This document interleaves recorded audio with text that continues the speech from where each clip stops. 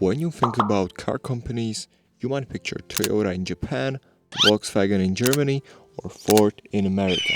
But in India, there is a name that goes beyond cars.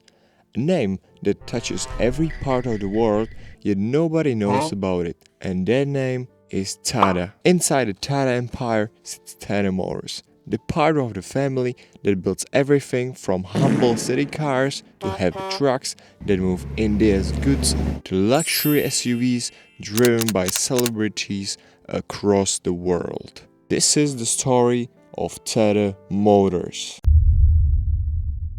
The Tata Motors Group is one of India's oldest and largest business houses. It was founded in the late 1800s by Jamsetji Tata, who built the first steel plant in India and laid the groundwork for modern industries in the country. Over time, Tata grew into almost every sector: steel, IT services, hotels, chemicals, airlines. Tata Motors was born in 1945, originally as Tata Engineering and Locomotive Company, focused on locomotives and heavy machinery. Cars came later, but the DNA of Tata Motors was always about building vehicles for work, trucks, buses, machines that kept India moving.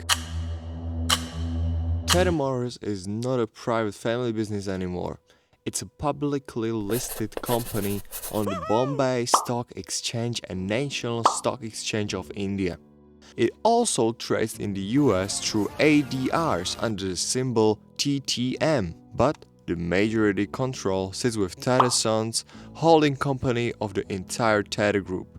Tata Sons itself is mostly owned by Tata Trusts, a set of charitable foundations created by the Tata family long ago. At the top of Tata Sons today is Natarajan Chandrasekaran, known simply as N. Chandrasekaran. He is also the chairman of Tata Motors. Day to day, Tata Motors is led by Shailesh Chandra as the managing director and CEO for passenger vehicles and electric mobility, while JLR has its own leadership in the UK. So when we say Tata Motors, we are really talking about a company that has a professional leadership structure with the Tata family's values guiding from above, but run like a modern global firm. Now, what car brands do they actually own? Let's break it down. First, I would start with Tata Passenger Vehicles.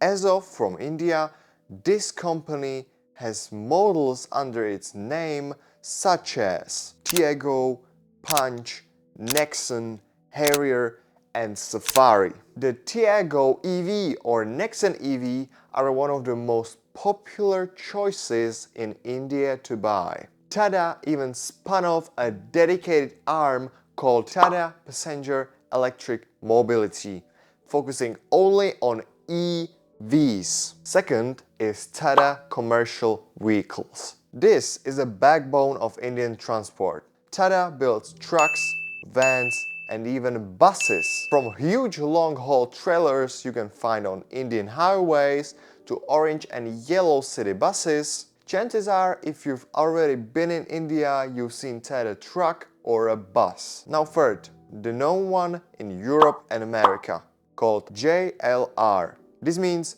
Jaguar Land Rover. This is the global luxury brand based in the UK. Tata bought Jaguar and Land Rover from Ford in 2008 for $2.3 billion. Many doubted them at the time, but JLR became Tata Motors' profit engine. Today, JLR is organized as House of Brands. In this house, we have Range Rover, which is the high-end luxury SUV.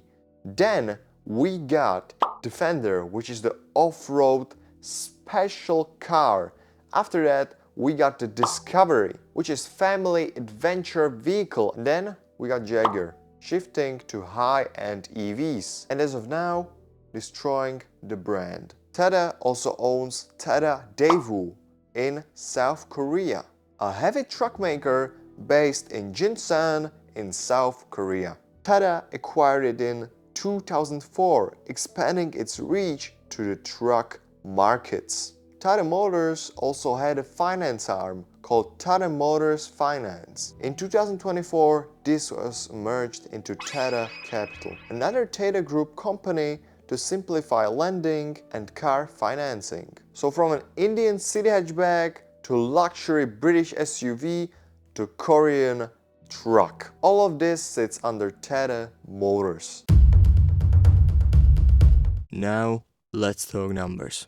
The verified ones, of course. In the financial year ending March 2025, Tata Motors reported its highest ever grossing revenue, about 4.40 lakh crore, which is roughly 52 billion US dollars. Profit before tax came in at about 34,300 crore, a strong turnaround compared to years past when JLR dragged down profits. For JLR alone, revenue was 29 billion pounds in FY25 with an 8.5% EBIT margin, the best in a decade. That means JLR is making healthy profits again, mainly because Range Rover and Defender models sell at very high prices worldwide. Another big change is debt. Tata Motors was once heavily in debt.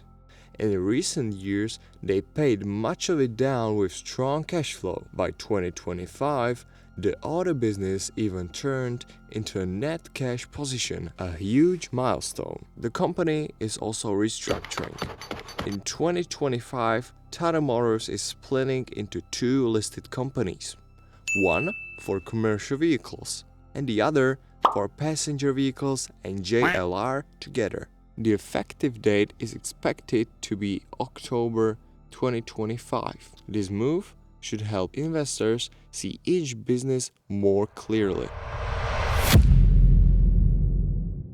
The boldest move in Tata Motors history was buying Jaguar and Land Rover in 2008. At the time, Ford was struggling and these two brands were losing money. Tata stepped in and many Western analysts laughed. How could an Indian company run British luxury brands?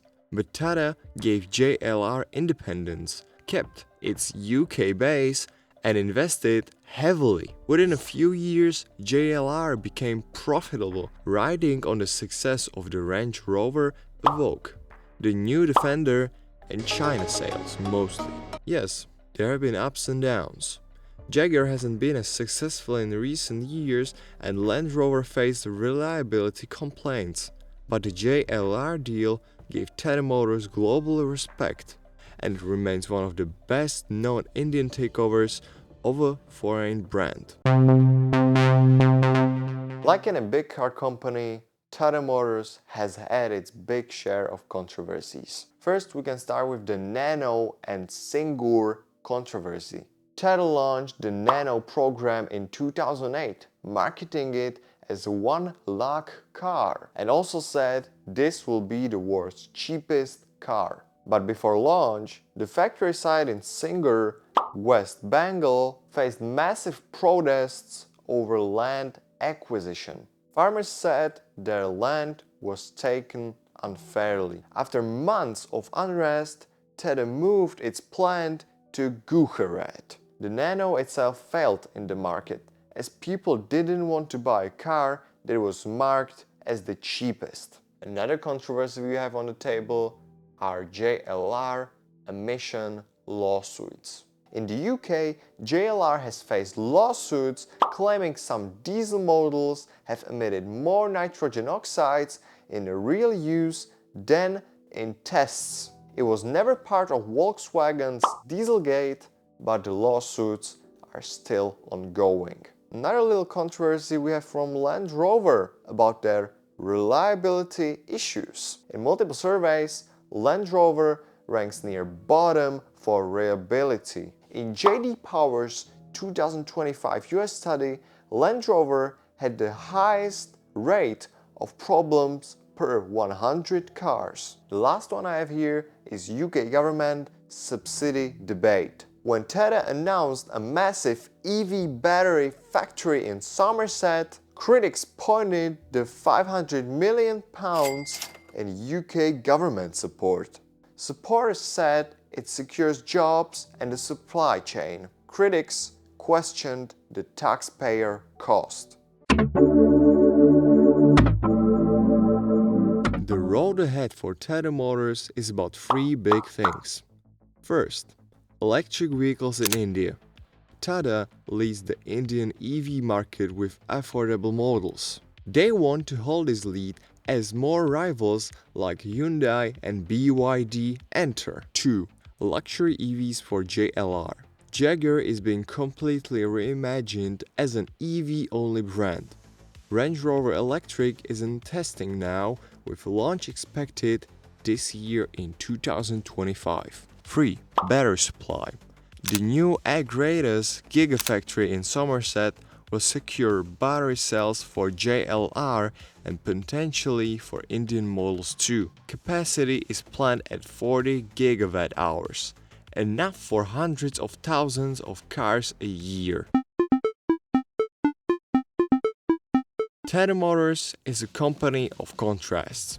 It sells work trucks for Indian farmers and families, and at the same time it builds luxury SUVs for royal families and Hollywood stars. It has stumbled with the Nano, with quality issues, but it has also pulled off one of the boldest takeovers in automobile history. From steel and salt to cars and batteries, Tata's story is still being written. And if you're standing on an Indian highway watching a Tata truck roll by, or if you're in London watching a Range Rover glide past, remember, they both came from the same company.